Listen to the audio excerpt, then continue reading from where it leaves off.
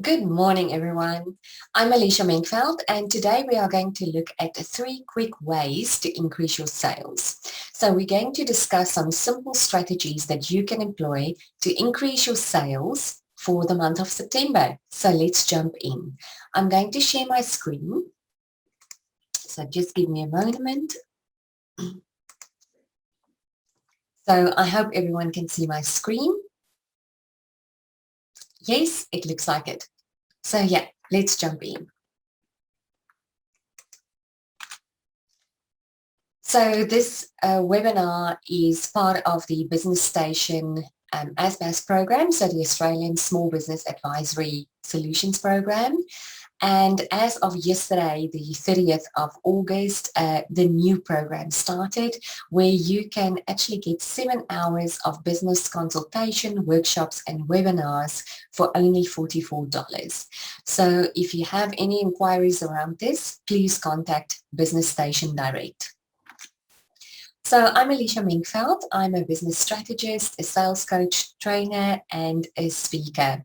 I show business owners, especially service-based business owners and freelancers, how to sell with confidence and to use simple systems to scale smart. If you see me looking off to this side, it's just because I'm looking at the slide. So I am an award-winning consultant with 21 years of experience in business training and management. I'm originally from South Africa, where else with this accent? And I have also lived and worked in the UK for a couple of years, and I've now been in Australia for the last 12 years. I'm a twice published author and also a speaker. But that's enough about me, so let's jump in for today. So today we are going to do a quick sales health check, and we are going to look at 3 smart ways to increase your sales and also a 1-page revenue roadmap to help you to hit your sales goals. So let's jump in with the sales health check. So on a scale of 1 to 10, where 1 is the lowest and then 10 is the highest, I would love for you to rate your company at the moment. And number 1 is, how happy are you with the number of leads coming into your business? Now, you can type the answer into the chat box if you wanted to, but there's no obligation to do so.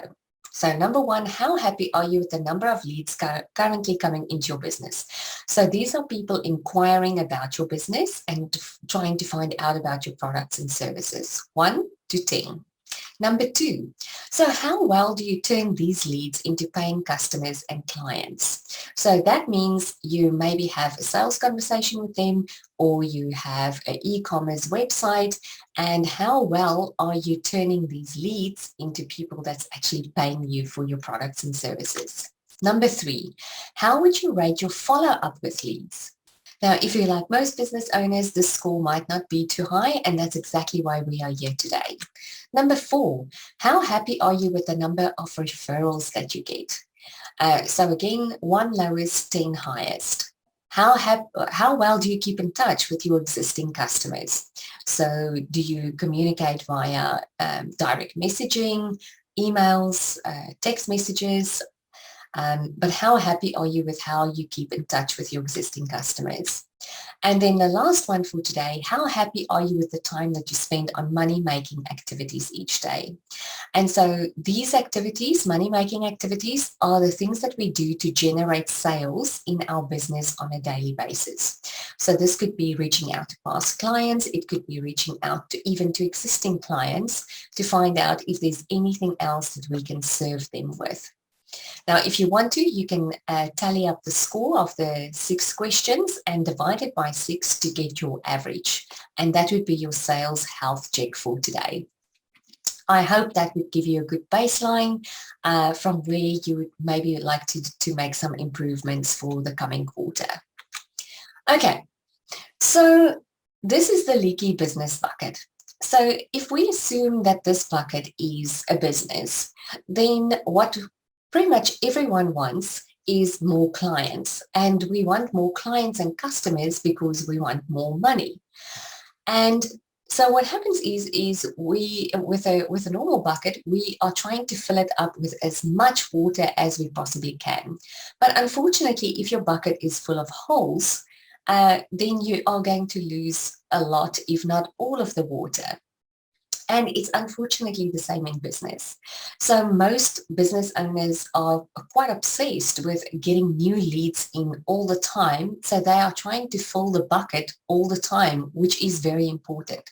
However, all businesses have some inefficiencies. And unless they plug the holes, then they're actually not going to be able to retain a lot of the customers that actually, or the leads that come through. And so that is exactly what we are looking at today. I also wanted to let you know what's shocking to me is that most business owners actually don't focus that much on plugging the holes, because you have two options here. You can either continuously add more water, or you can plug the holes. Now, you would think that that might be the most obvious answer, but it's actually not. What we found is that most business owners are trying to get more and more leads in without actually looking at what is causing the inefficiencies. However, what the research is showing us is that it's 5 times more expensive to get a new customer than it is to focus on existing customers. And only 18% of companies actually focus on keeping their customers, which is truly shocking. And this is shocking because selling to existing customers has a 60 to 70% success rate versus only a 5 to 20% success rate to new customers. So what we can see from this is that you can have all the tools and you can try various tactics, but unless you try it with a strategy, you are going to lose leads, you're going to lose sales, you're going to lose clients, and you're obviously also going to lose lost opportunities.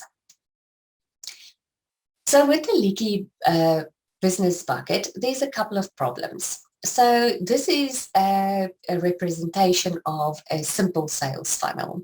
And at the top, we are attracting traffic, and the traffic is potentially bringing in some leads. But because we have a leaky bucket, some of the problems are if we have no plan, if we are using too many platforms, if we don't track what we do in our business, if we're trying to use too many marketing tactics at once, if our messaging isn't clear, then what happens is you can spend money on advertising or putting content out there. But unfortunately, if you have these problems, you are going to lose some of the traffic, and that is part of the leaky bucket problem. So next up, where you can potentially lose out on is on leads.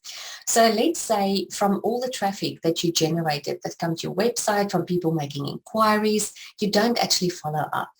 And there's no consistent contact with your clients, and you don't qualify your leads. That is where you can lose leads. Next up would then be you can lose clients.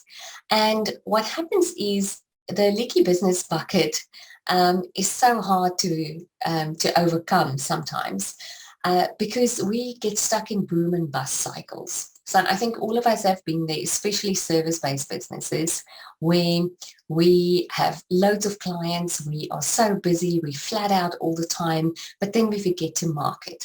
And then one morning we look up and we're like, oh, where's the clients? And then we're like, okay, well, maybe I should start marketing again. And unfortunately, it doesn't work that way. And I'm pretty sure you've already realized that in your own business. You can't just switch leads on just like that. So part of the leaky bucket syndrome is that you're stuck in a boom and bust cycle. There's no engaged tribe or audience. And you keep on swapping time for money, which means that there's no time to create a group program, a signature program, and you only have time for one-on-ones or done-for-you services. And then the last place in the leaky bucket is where we lose repeat business. And that's simply because our customer service is not really up to scratch. And when we lose repeat business, it really, the consequences of that is that there's very little money to pay the bills. So you're always worried about where my next client and where my next dollar will come from. You typically can't pay yourself. You can't reinvest in the business. And you also cannot employ a team or even outsource. And there's little to no profit. in your business. And so these are all the leaky business bucket problems. So to understand all of this a little bit better, I wanted to give you a quick overview on the customer journey. When people come in at the top of the funnel, when we generate traffic, that first stage is normally known as awareness. And here people are a very cold audience. They are really strangers to you and your company. And your main aim here is to get people to know you. So there's various pieces of content that you can put out to actually create awareness for your business, but I'm not going to go into that today.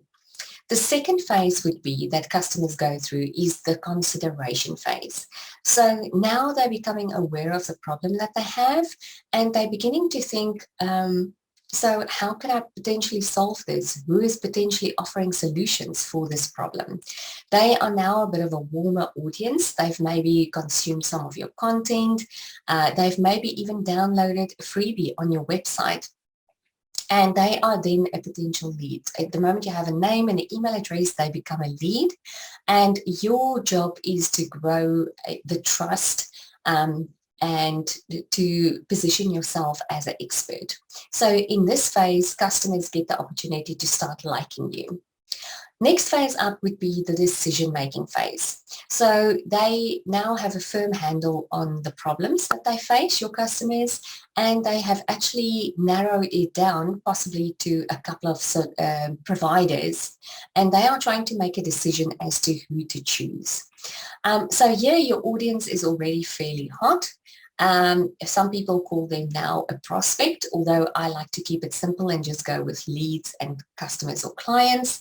And here it's crucial to continue to build the trust. And what else can you do to get people to make a decision? So you can, for instance, offer something like a free trial. You can give a demonstration. They can come in and attend a meeting with you where you possibly discuss the proposal or the quote. Any of those sort of things that can help them to make a decision. And whether it's online or face-to-face, you want to build trust. Then the last step in the customer journey is retention. So they may say bought something from you, yay, and now it's about how do we keep them happy.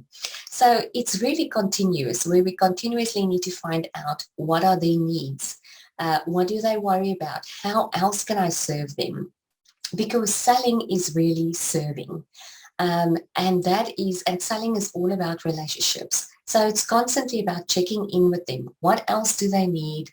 What else can I potentially offer them? And here your aim is to grow loyalty and for them to give testimonials, to offer referrals, you're very much creating raving fans. And so when we look at the customer journey, on average, and this can definitely differs from industry to industry, we roughly find 75% of the people here between the awareness and the consideration stage. Then we find 23% of people between the consideration and decision-making sort of stage. And then according to research, only 2 to 3% of people are actually ready to make a buying decision today. And that is why it's so crucial to stop the leaks in our business bucket, because we have to nurture these people, the people in awareness and consideration stage, until they are actually ready to buy. And that brings us then to the 6 smart ways to increase sales. Now, I know the title said 3 smart ways, but I figured that you won't have too many problems with this. So the 3 essential ways that you can increase your sales is, number 1 is to make more sales, is to get new customers. Number 2 would be to increase the dollar value per customer, and I'll explain that a little bit more. And then the third one is to create repeat business. And so the 6 methods I'm going to give you here sort of roughly fits into the 3 main buckets. So number 1 is getting customers. Now, this is actually the hardest of the 6 ways to increase your sales, because as we sort of said, people are continuously coming in at the top of the bucket, but unless you plug all the holes at the bottom, then you might actually be losing a lot of the traffic and the leads. So I'm not going to talk about that today. The only thing I want to mention is if you want to make more sales this week, I would actually reach out to present and past clients and leads, and even my network in general, and actually ask for referrals. So who do you know that potentially needs a graphic designer, a web designer, copywriter, social media manager, whatever it is that you do. So that's the key takeaway from this one. If you want more customers this week, reach out and ask for referrals. Number 2 would then be to better qualify your leads. So if you want more sales, it's crucial that you actually ask leads the right questions to determine if they are the right people for you. Number 3 would then be better sales conversations. And this is so crucial if you are a service provider, a coach, a consultant, a course creator. Most of the time, we actually need to jump on the phone with someone and have a sales conversation with them. And the better we get at the sales conversations, the more people will convert into paying clients. Number 4, if you want to make extra sales this week, all I can say is follow up, follow up, follow up. Number 5 would then be increase the dollar value of each sale. So essentially this means you raise your price or you see what add-ons can I add on to my existing offers. So for instance, you're a health coach and you are looking at supplements or protein shakes or anything like that, that you can now potentially add on to your existing service that you offer, and that will increase the dollar value per sale. Then number 6 would be increase your repeat business. So these could be anything from flash sales, discounts, monthly retainers, monthly maintenance. So for instance, let's think IT companies, web design companies. There could also be recurring monthly revenue when you create a membership site. Online courses could create repeat business for you. You get VIP done in a day offers. So this is where it's normally a couple of $1,000 and you and one client will either meet face-to-face or online, and you will spend the whole day on the business with a very specific outcome at the day. You also get something called Voxer Days, and this is works really well for pretty much any service provider, consultant or coach, where you give 1 or 2 clients access to you for a full day via Voxer. Now, the price is a little bit lower than a VIP done in a day offer. Then also increasing repeat business could be masterminds or retreats or any of these things. As a bonus tip, I thought I'll share with you what Harvard Business Review says, and they say you can increase your sales by 18 to 20% simply by mapping out your sales process. But how many business owners do you think have a mapped out sales process? Any guesses? Well, up to 90% of business owners don't have a mapped out sales process. So there you go. Another quick way for you to increase sales would be to actually just sit down and map out your sales process. We're now going to look at how to better qualify your leads. Then we're going to look at follow-up. And we're also going to then do a simple example of what it looks like if you increase the dollar value for a sale. So the first one is qualifying your leads. As you know now, if this is a simple sales funnel, you have traffic coming in at the top. People give you an email address, they become a lead, you nurture them. And then before they can become a client, it's so important to actually ask the right questions so that you know if this person is really a good fit for you to be able to do your best work with. And then the client after that can become a raving fan. So one of the simplest way to qualify leads is via the acronym BANT. So I scrambled up the BANT a little bit according to what I thought is the highest priority. If there's not a real need for your product or service, then it's going to be really, really hard for you to convince anyone to actually sign up for anything. So the question is, what is the biggest pain point, and how much of an impact will your solution make on their business? So is it a nice to have, or is it a must have? As in, I have a headache, I need a painkiller right now, or in general, I would like to be more healthy, so I take a daily vitamin. As you can see, there's a huge difference between the two. So when you are speaking to leads, you need to find out exactly what their business needs are. Next one would be the T, that's timeline. So when does it need to be live by, active, or working? This gives you a good indication of urgency. How urgent is it for them to get this problem fixed? If they say, no, I don't mind, a couple of months, then you might actually run into objections and not close the sale. Next up would then be budget. So is this a priority for them right now? Do they actually have money to spend on this right now? And this is also linked with the last one, which is what's their decision-making process. Sometimes deals can take years to put together, and sometimes it's only a couple of months. But essentially, do they have the money to pay for your service? And if not, is there something else you can sell them? So if they can't work with you one-on-one, can you maybe sell them a course? Or can they go into a group coaching program? In terms of authority, who's making the decisions? If it's a bit of a larger business, they could have a business partner, there could be a board of directors. And if it's just a small business, maybe they need to speak to their partner at home. So these are the sort of things that you need to find out. Next up, we said we're going to touch on follow-up. I'm pretty sure most of you have heard that fortune is in the follow-up, and that is so true. In any given time in your business, there is a small percentage of people that would be ready to sign up, as you've heard from the previous stats. So somebody that's ready to make a buying decision today is roughly about 2 to 3%. And so those are the people that say, yes, sign me up. Next up would be the people that says just straight up no. So no matter what you tell them, no matter how great it is, for some reason they've just decided, no, I will never buy this product, and that's also okay. Then the rest of them sort of all come together under the heading, can I get back to you? So essentially these are all your maybes.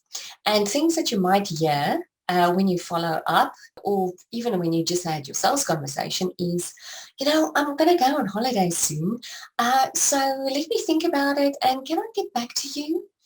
And, now is just not the right time for me. I feel pretty disorganized. I don't think I'm ready to take on a virtual assistant or a social media manager yet. So thanks for all the info, but I'll get back to you. The next one is, I need to speak to my partner. So you had a sales conversation with them and they're like, oh yeah, that sounds great. I just need to speak to my partner, so I'll get back to you. And then another option, but there's so many, would be, I maybe need to save up to be able to afford your services. So I don't have money right now, but, if I save up, can I get back to you? And really, that is what we're dealing with every single day. And this is where the biggest opportunity lies for all of us. So yes, we're absolutely grateful for the sales that came in. We're not going to bother with the people that is a hard no, definitely not. And then where we want to focus our energy really is here. And that is why we need to continuously follow up. And I find that a lot of business owners are actually not so good at following up.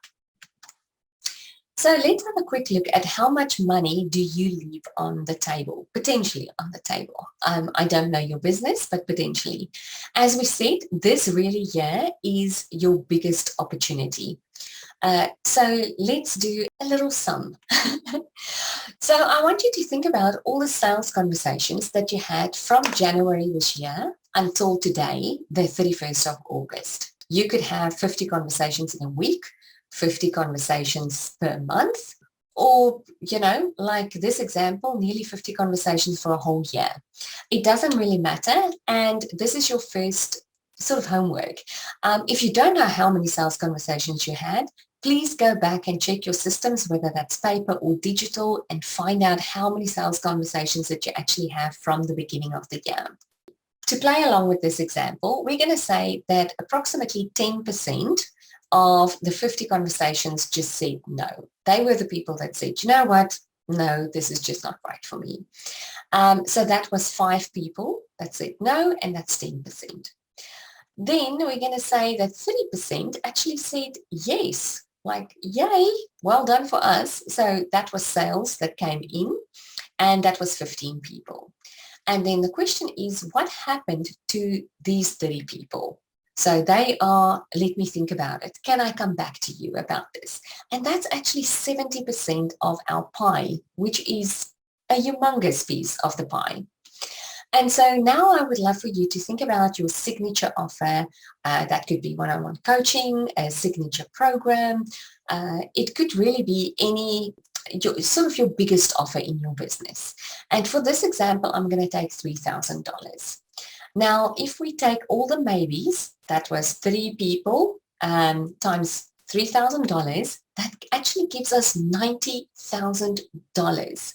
So potentially right now in your business, if this was your business, you are sitting on $90,000 and you are possibly losing out on it simply because you're not following up. Now, that would make me super sad if this was my business right now. Let's assume from these 30 people that were left, we're going to apply the same percentages just to keep it easy. And let's assume so from that 30 people, 10% of them are going to say no again. So that is going to be 3 people. And that means that we're going to take the 90,000 and deduct the 10%, which is $9,000, just simply because they say no and we're not going to waste our time on them. That means we have $81,000 left. Now, in the same example, let's say 30% of them actually say yes. But this 30% represents how well you actually close the sales. So 30%, if we translate it to a 3 in 10 chance, that means for every 10 people that you speak to, you only close 3 sales. That's a very low, very, very low conversion rate. But if you only close 3 sales out of every 10 people that you speak to, you can still make $24,300 this quarter. And then if you work on your sales pitch and if you work on your sales conversations, which is something I do in my one-on-one coaching and my group coaching programs, then you can easily get to a 50% closing rate or a 50% conversion rate. So now you are looking at $40,500 of this pie. So the better you get at having sales scores, the less money you leave on the table and the more money is in your pocket. So I would love to hear from you. Where are you at? Have you done the sum? Do you know your numbers? If not, please start there and let me know how you go. Okay, so to get back to the 3 quickest and easiest ways to increase sales, I'm going to show you 2 examples over here, but let me just quickly explain what this is all about. So we're going to reverse engineer how many clients we need in a year and how many leads we need in a year to be able to reach our sales goals. So we're going to start off with a revenue goal or a sales goal right here at the bottom. And yours could only be for the quarter, it could be for the year, or it could be for a month. From there, we're going to look at what's the average dollar value per sale. So if we quickly go back to the previous example, that signature offer was $3,000. So think about your branding package, photography package, web design package. What's the average dollar value per sale there? That's the number we're going to need. Then once we have these 2, that will tell us how many clients we actually need in a year to be able to reach our sales goal. And then depending on how well you close the calls, that will also tell us then how many leads we will actually need to be able to reach our goal. And then the one area that we play with is the times that they buy. So these are all little levers that we can pull in our business. We can either increase the price, we can either increase the times that they buy from us, and all of that will affect the number of clients that we need, and the number of leads that we need is directly affected by how well you can actually have a sales conversation. So let's look at two examples. The first one is, so this 100,000, I don't know your business, but this 100,000 could be, I don't know, per week, per month, per quarter, or even for the whole year. In this example, I'm just going to keep it easy and say we are looking to make $100,000 this year. We have identified in this example that our signature offer is $2,000. And if people only buy once from us, that means that we actually need 50 clients this year to be able to make $100,000. From there, we will then have, you will need to go and have a look at your sales conversations. And I used a very low number of only 2 out of every 10 conversations that you have that result in a client. And at this very low rate, that means that you actually need 250 leads in a year to be able to reach your sales goal. Now, the 3 easiest ways for you to increase your sales is, number 1, as we said, raise your price. So we start out again at $100,000, but this time it's now $3,000. So we've increased the price by $1,000. You can increase it by much more or only by $50. It's all up to you. From there, for the moment, we're just going to keep how often they buy from us still at 1. But as you can see, all of a sudden, where we previously needed 50 clients, now we only need 33 clients in the year. And if you want to be precise, 33.3 clients in a year to be able to reach your goal of 100,000. Now, let's say you've also been working on improving your sales skills and your sales conversations, and now you close 1 in 2 people, or 5 out of every 10 sales conversations. That actually means that you have now a 50% conversion rate. And that then means that you will only need 66 leads in a whole year to be able to reach your goals. Now, those are 66 qualified leads, but nonetheless, I mean, that's why I'm always so surprised when people focus on new leads, new leads, new leads. You don't need that many leads to be able to hit your goals.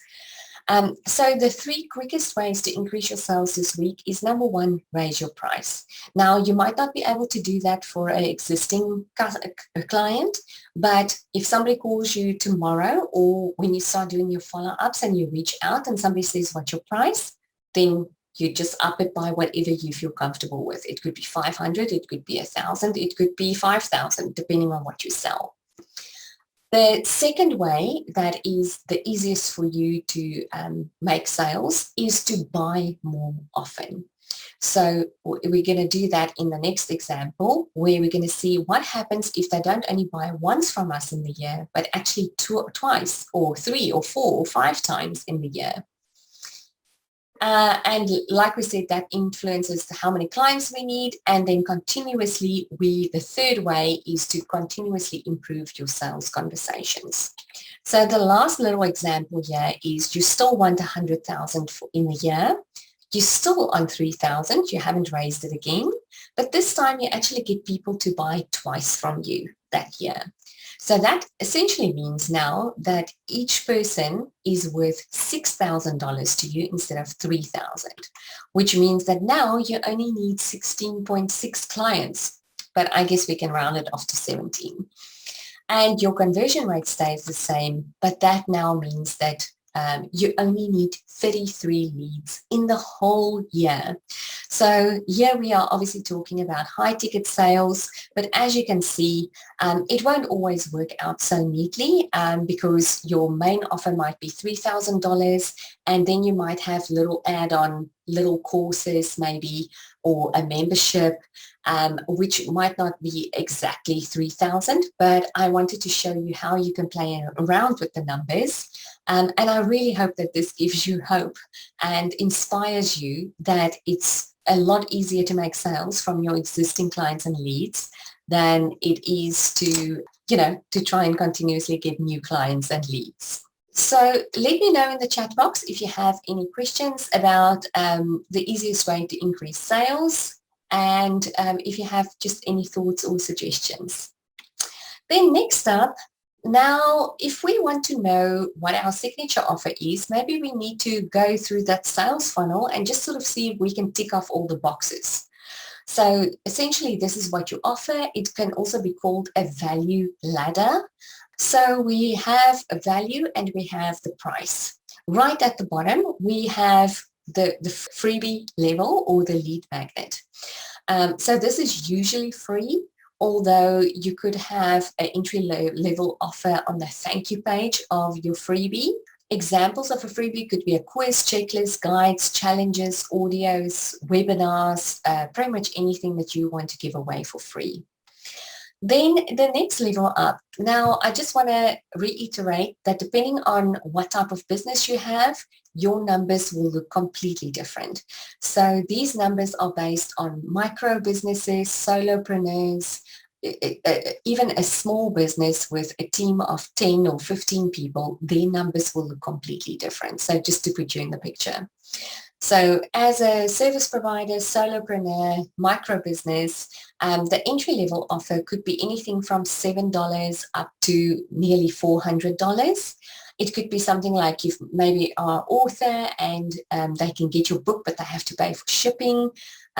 Any of these mini courses, you see them everywhere, $27, $37, $47 courses, all of that are entry-level courses. Then you also get paid workshops and webinars. So for instance, I could charge a fee for this webinar or even make it like a 2 or 3 hour workshop where we actually have more time, but you pay a small fee to attend it. The next level up then would be your mid-level offer. So this is then anything from 400 to up to 1,500 or even more depending on your business. Examples would be DIY courses, so do-it-yourself courses, consultations, maybe memberships. So yeah, any of these sort of examples. Next up is then the higher end offer. So this is normally 1,500 up to 4,000. So this is your done for you services, your done with you services. So website, copywriting, graphic design. It could also be like a 12-week group coaching program. And then the highest end offer where we end is like $4,500 and up. So here you would notice lots of affiliate options to fans. So if you know Marie Forleo, Amy Porterfield, all of them are actually using affiliates to sell their courses. And so examples could be high-end courses, done for your services, masterminds, one-on-one coaching, retreats for trainers, and various events. And what I want you to notice here is that on the different ends of the spectrum, you either spend your time to save money, or you save time but you spend money. And so this is how you build your offers. You want something that's accessible for people who don't have a lot of money at the moment, but they have time. And then you also want an offer for the people who have the money, but now they don't have time. So I hope this helps you to map out your products and services because we're going to need it for the next exercise. Okay. So this was the one-page tool I told you about that I use on a quarterly basis to decide what am I going to do. Okay, and so what I ask myself is what will I sell in the next 90 days to hit my quarterly money goals? And I would love for you to grab a pen and paper and to draw these quadrants, and then we're going to fill them in with, mine will just be a generic example. So I made this example for a coach. And so, for instance, let's say you could be a health coach, a life coach, but let's say you created some sort of planner. The planner could simply be, to help you to set some goals. And maybe you've priced that at $49. So then you get a DIY online course. So that's maybe priced currently at $497. And maybe your 3-month group coaching program is close to $2,000 at this point in time. So you looked at all your products and services and you've decided this is something that is maybe easy to sell, those two. And I actually enjoy doing group coaching, and therefore I actually want to sell more of that in the quarter that comes. So next up, we're going to see, out of all the products and services we have, where can I raise my price? So first up, maybe you've recently added a bonus or two to your planner, and so now you feel comfortable charging a little bit more for it. The online course, the same. Maybe you got some guest experts to do some interviews, and there's a lot more value in the course now, so you can easily go and say $597, $697, even $800, or $1,000 if you wanted to for your online course. It all depends on what value you've added. And then maybe another one, maybe you're happy with the group coaching price, but another one where you want to raise the price is one-on-one coaching. So you have maybe decided that you want to up that to, let's say, $5,000 for 90 days.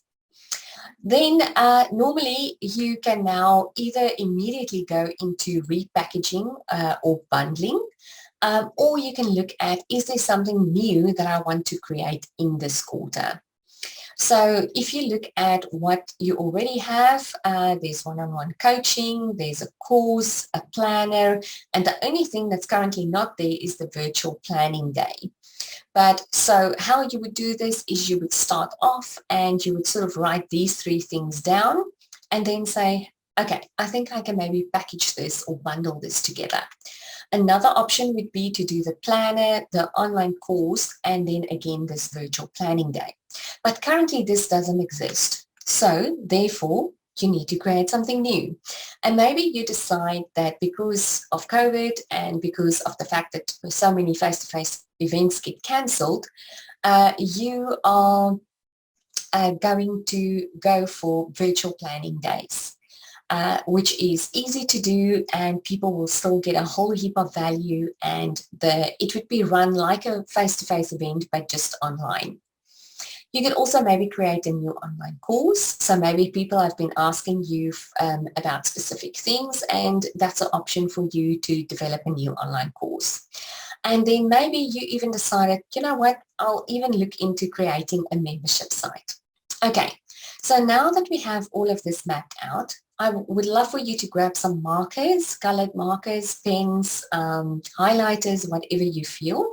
And there's three options here. The red is, I definitely do not want to do this. The green is, that's a great idea. I definitely want to do that. And then the yellow is, I'm not too sure. I maybe have to think about it or do a little bit more research or whatever the case might be. So then from there, you would highlight or circle as you go through and you say, yes, that's a great idea. I definitely want to do that. Yes, I want to increase the price. I'm also going to increase the price on the online course. I'm actually currently not sure about this coaching, whether I should charge $5,000 for it or not. I'm going to think a little bit about that. The planning day, well, it is something new that I have to create, but I already have most of the worksheets and the material ready from the online course and the planners. So all in all, I'll think about it, but it might not be such a big deal to create it. Which then leads us to, yeah, I think I should actually bundle it up like that. But on this one, because it has the one-on-one coaching in with the higher price, I'm still going to give it a think. And then last but not least, I just don't have time right now to create another online course, and I think a membership site is going to be too time consuming for me. So I've decided also not to do that. So essentially, that is exactly how you plan your money map. This is how you plan what you will sell more of, what you will even get rid of, where you can raise your price, what you can bundle together, and if you want to create and if you have time to create something new. So now that you have all of this, we are just quickly going to put it in a plan, and then we are nearly finished. So the 90-day money map looks like this. So again, I start off with the question, what will I sell in the next 90 days to hit my quarterly, monthly goal? And then I go and, like we've seen in the previous one, I list my offer, my planner, course, the day bundle, the group coaching, and maybe even my one-on-one coaching. And then I say, so what's my sales goal for this quarter, let's say? And I've decided it's $30,000. But it could also just be, your monthly goal. But in this case, it's our quarterly goal, $30,000. Then I know what each one of these things cost, and then I say, okay, realistically, going on past experience, or if it's new, I might do a thumbs up and say, how much do I think I can sell? And I think 10 planners a month sounds good for 3 months. Yeah, so 30. 14 online courses isn't that much. Maybe I can get 10 people together to do that virtual planning day with me. That would be great. Only 6 people in my group coaching because I like it to be high touch with lots of attention, and therefore that won't leave me a lot of time. So I'm actually going to go for only one-on-one person. Then from there, I actually calculate it. So price times the number sold, that gives me a total. And then here is just a few notes. It's not a detailed strategy, but I'm just jotting down for myself, how will I actually sell this? And that gives us then a grand total of 37,680, which means that we have well and truly exceeded our $30,000 goal for this quarter. And that is exactly how I plan out what to do. And because I have the little notes over here, I can then actually just go back and map that out a little bit more. So if you have any questions about the money map or how I've done anything that you've seen here, please pop them in the chat box for me, and I'm happy to have a bit of a chat to you. And so that brings us to the end for today, and I would just love to know, what are you going to focus on first to reach your sales goals by the 30th of September? So there's many things that you could potentially do. I think some of the easiest things for you to do would be to go and ask for referrals, to definitely start following up today. There is potentially a gold mine of money that you are sitting on. You can also raise your prices. So from the next client that you speak to, you simply just raise the price with whatever you feel comfortable with. You can also consider things like, the flash sales, the discounts, maybe creating a membership site, and also reaching out to past clients and just finding out, how can I actually, what else do you need from me? And just listening and having conversations with them. So thank you so much for joining me today. I would love for you to connect with me. I am on most of the social media. You also have my mobile and my email address. And if you have any questions around today's webinar or sales in general, I'm also very good with marketing automation. So yeah, if you have any of those questions, please let me know, and I would be more than happy to answer them for you. I'll just check if there are any questions, but it doesn't look as if there's any questions at the moment. So thank you so much for your time, and I hope to see you soon. Bye.